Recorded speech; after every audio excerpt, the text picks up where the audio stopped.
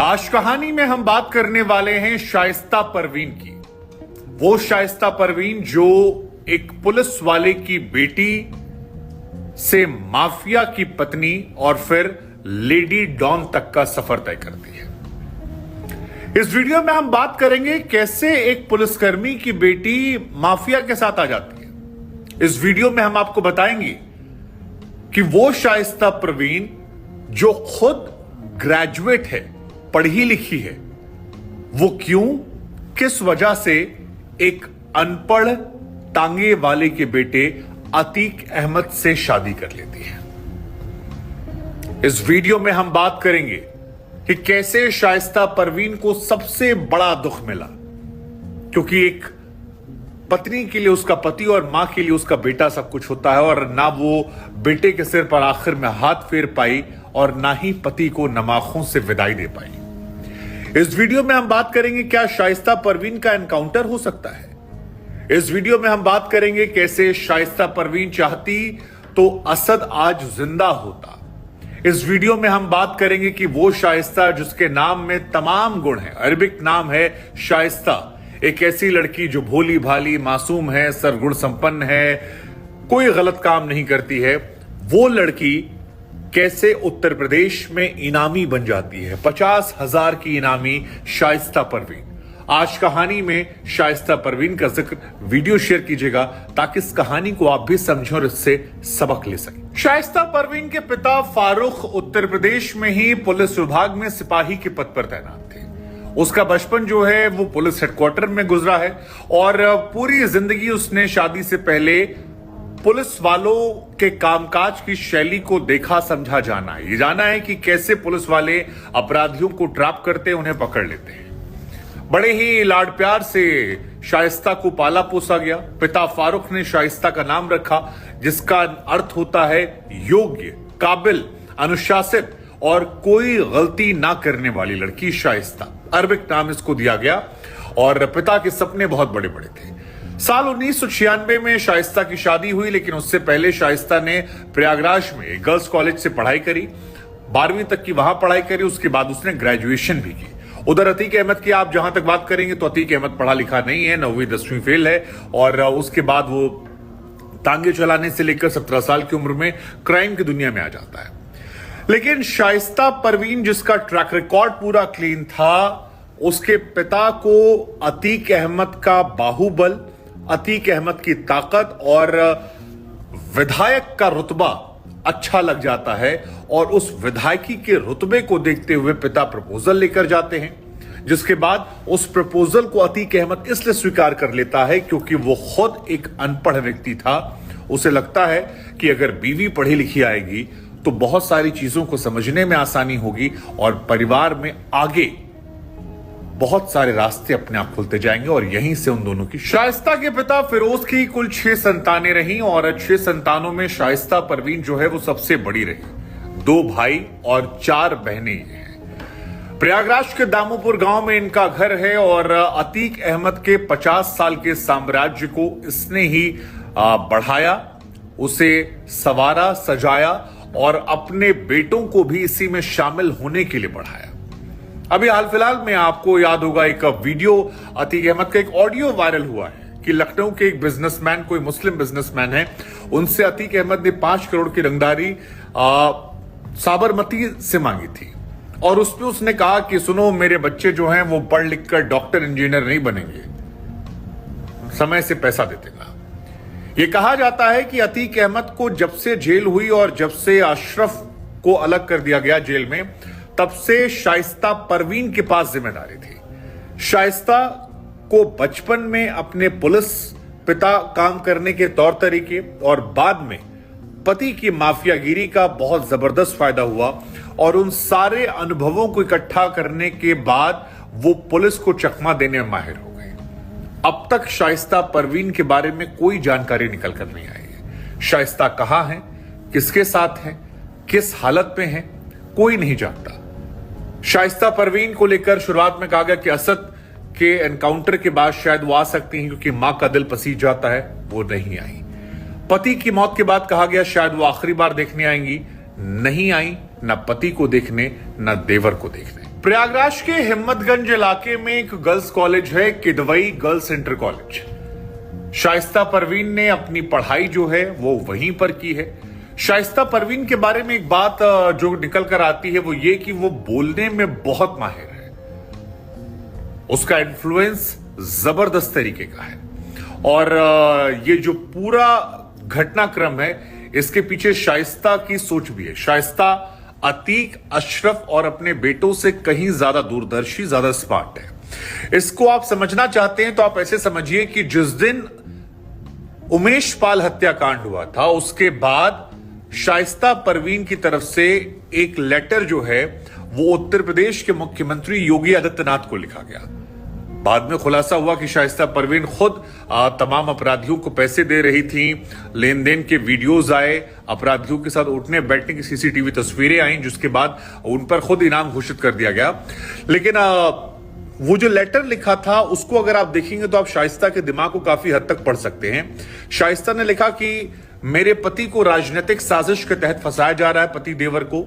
मेरे बेटों का इसमें कोई इन्वॉल्वमेंट नहीं है, क्योंकि वो चुनाव लड़ रही है, लिहाजा प्रयागराज में एक नेता है जो चाहते हैं कि इनका करियर खत्म हो जाए। मेरे बेटे, मेरे पति का दूर दूर तक इसमें कोई रिश्ता नहीं है। आप तो खुद मुख्यमंत्री जानते हैं कि फर्जी केसेस कैसे होते हैं, और आपने जो तैश में कह दिया कि मिट्टी में मिला देंगे, उसका फायदा अधिकारी उठा लेंगे जो दूसरों से सुपारी लेकर बैठे हैं। कृपया बचा लीजिए। वहीं दूसरी तरफ एसटीएफ की तरफ से जो खुलासा हुआ उसमें हैरान करने वाली बात यह कि शाइस्ता सारे किरदारों के बीच की कड़ी थी, वो कड़ी जो सबको जोड़ रही थी। मसलन आपको जानकर हैरानी होगी कि शाइस्ता परवीन ही जाकर साबरमती जेल में अतीक अहमद से मुलाकात करती हैं, जहां अतीक अहमद उससे कहता है कि मुझे उमेश पाल को मरवाना है और उसके लिए इंतजाम करो। इसके बाद शाइस्ता परवीन आती हैं, वो एक पुलिस वाले का जुगाड़ करती हैं जो जेल के अंदर जाकर अतीक अहमद को एक फोन देता है। शाइस्ता सारे शूटर्स अतीक और अशरफ के बीच की मीडिएटर बनती हैं, और गुड्डू मुस्लिम की अगुवाई में जितने भी शूटर आते हैं इनकी अतीक अहमद से बात जब होती है तो वो शाइस्ता परवीन ही उस पुलिस वाले के जरिए करवाती है। इसके बाद ये सारे शूटर्स की मुलाकात अशरफ से भी शाइस्ता परवीन करवाती है, और इन सब के बीच में जो पैसों का लेन देन होता है, जिसमें अतीक अहमद ने वो लखनऊ के बिजनेसमैन से 5 करोड़ मांगे थे, बाद में 80 लाख रुपए मिले जो शूटर्स को दिए गए, वो पैसों का लेन देन भी कोई और नहीं बल्कि शाइस्ता परवीन करती है। हालांकि शाइस्ता परवीन ये चाहती थी कि उनके बेटे असद को इसमें शामिल ना किया जाए, लेकिन शायद वही गलती उससे हो गई अतीक से, जो उसको लगा कि जैसे उसने अशरफ को लॉन्च कर दिया था वैसे ही वो यहां पर असद को लॉन्च कर देंगे, और खौफ का एक नया अध्याय, एक नए शुरुआत जो है वो असद के माध्यम से प्रयागराज में हो जाएगी। उसका अंपायर जो है एक नए सिरे से आगे बढ़ जाएगा। शाइस्ता परवीन ये जानती थी कि अगर उसे क्राइम की दुनिया में अतीक को निकालना है और खुद दबदबा माफियागिरी कायम करनी है तो सियासी गठजोड़ जरूरी होगा, और यही वजह है कि शाइस्ता परवीन ने जनवरी के महीने में बसपा ज्वाइन कर लिया। उस बसपा को जिसके बारे में एक दौर में अतीक अहमद ने कहा था कि बसपा वो पार्टी है जहां पर आप किसी भी कीचड़ में हो, उठिए, एक बाल्टी पानी डालिए, एक अटैची लीजिए जिसमें कुछ करोड़ रुपए हो और जाकर दे दीजिए। ना किसी विचारधारा की जरूरत है, ना किसी सोच की जरूरत है, आपको टिकट मिल जाएगा। मेयर चुनाव लड़ने के लिए शाइस्ता जो हैं वो जाती हैं, और इस बीच ये पूरी प्लानिंग चलती रहती है। प्लानिंग एग्जीक्यूट नहीं हो पाती है। असद जो है वो उतर जाता है। असद के उतरने का असर ये होता है कि सीसीटीवी कैमरे में रिकॉर्ड हो जाता है। अब ये बात हमेशा राज के तौर पर रहेगी या शाइस्ता से निकल कर आएगी कि असद को एक्चुअली में उतरना था या असद आवेश में उतर गया था, क्योंकि असद का जीवन भी जो है वो बचपन से कट्टों में गुजरा। कई तस्वीरें आ रही हैं जहां पर अतीक और असद जो है वो राइफल लेकर खेल रहे हैं। 11 साल की उम्र में जब असद अशरफ के साथ गोलियां चला रहा था तब पिता को बहुत मजा आ रहा था, लेकिन शाइस्ता जानती थी कि शायद बुरे काम का बुरा नतीजा। उसने अतीक से कहा भी था कि बेटे को शामिल मत करो। तब अतीक ने कह दिया था कि शेर का बेटा है, और वही घटना पूरे परिवार को खा जाती है। अगर अतीक असद का चेहरा नहीं आता तो वो असद का एनकाउंटर नहीं होता, एनकाउंटर नहीं होता तो ये लोग यहां नहीं लाए जाते। ये पूरा घटनाक्रम जो है वो उस एक गलती की वजह से हो गया। और सबसे बड़ी बात है कि अतीक हो, शाइस्ता हो या जितने भी ये बाहुबली, जैसे कल हमने कहानी सुनाई थी श्री प्रकाश शुक्ला की, ये लोग जात धर्म देखकर काम नहीं करते। शाइस्ता परवीन को लेकर जीशान एक प्रॉपर्टी डीलर हैं, उनकी पत्नी और जीशान की तरफ से जो खुलासे हुए वो भी हैरान करने वाले थे। उन्होंने कहा कि शुरुआत में पैसे जो थे वो अतीक अहमद मांगा करते थे। बाकायदा एक लिस्ट बनाई गई थी। जब अतीक चुनाव लड़ते थे तो दो तरह की लिस्ट थी, एक गुलाबी लिस्ट थी और एक सफेद लिस्ट थी। एक में 3 से 5 लाख रुपए देना पड़ता था और एक में 5 से 7 लाख रुपए, और ये कई सारे बिजनेसमैन थे जिनको देना पड़ता था। अतीक के व्हाट्सएप के वीडियो मैसेजेस जो हैं वो भी वायरल हो गए हैं कि कैसे साबरमती से वो मैसेज करता था। लेकिन अतीक के पास मोबाइल एक्सेस इतना ज्यादा नहीं था, बीच बीच में मिलता था, और उसका जो फॉलो अप होता था, यानी उस घटनाक्रम को फॉलो करना, वो शाइस्ता करने लगी थी। इसी वजह से उन्हें लेडी डॉन कहना शुरू कर दिया गया था। प्रॉपर्टी डीलर जीशान ने बताया कि पहले अतीक के फोन आते थे, लेकिन अतीक एक बार फोन करता था, उसके बाद जो फोन आते थे वो सारे फोन शाइस्ता परवीन के आते थे। लेकिन शाइस्ता को उसके गुनाहों की सजा इतनी बड़ी मिली है कि शब्द बयान नहीं कर सकते। बेटे की मौत पर ना जा पाना, पति देवर का जनाजा ना देख पाना, और खुद 50,000 की इनामी बनकर फिरे रहना, दूसरे बेटे अली की जिंदगी पर सवाल होना, 2 नाबालिग बच्चों का बाल संरक्षण गृह में होना, ऊपर वाले खुदा ने उसे बहुत बहुत बहुत बड़ी सजा दी है। कौशांबी, ग्रेटर नोएडा, महाराष्ट्र के मुंबई, दिल्ली, गुड़गांव, अलग अलग जगहों पर फिलहाल एसटीएफ जो है वो छापेमारी कर रही है शाइस्ता परवीन को ढूंढ निकालने के लिए। असद का पता लग गया, एनकाउंटर हो गया, अतीक अहमद और अशरफ इस दुनिया से निकल गए, लेकिन शाइस्ता फरार है। तो क्या करेगी कोई नहीं जानता। वो क्यों नहीं आई अपने बेटे के जनाजे में, इस बारे में कोई नहीं कह सकता। वो अपने पति को आखिरी बार देखने क्यों नहीं आई, क्योंकि दोनों बेटे आए थे।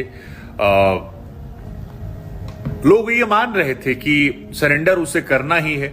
अतीक ने एक बार कहा था कि वो उसे मत फंसाया जाए, मत घसीटा जाए, वो घरेलू महिला है।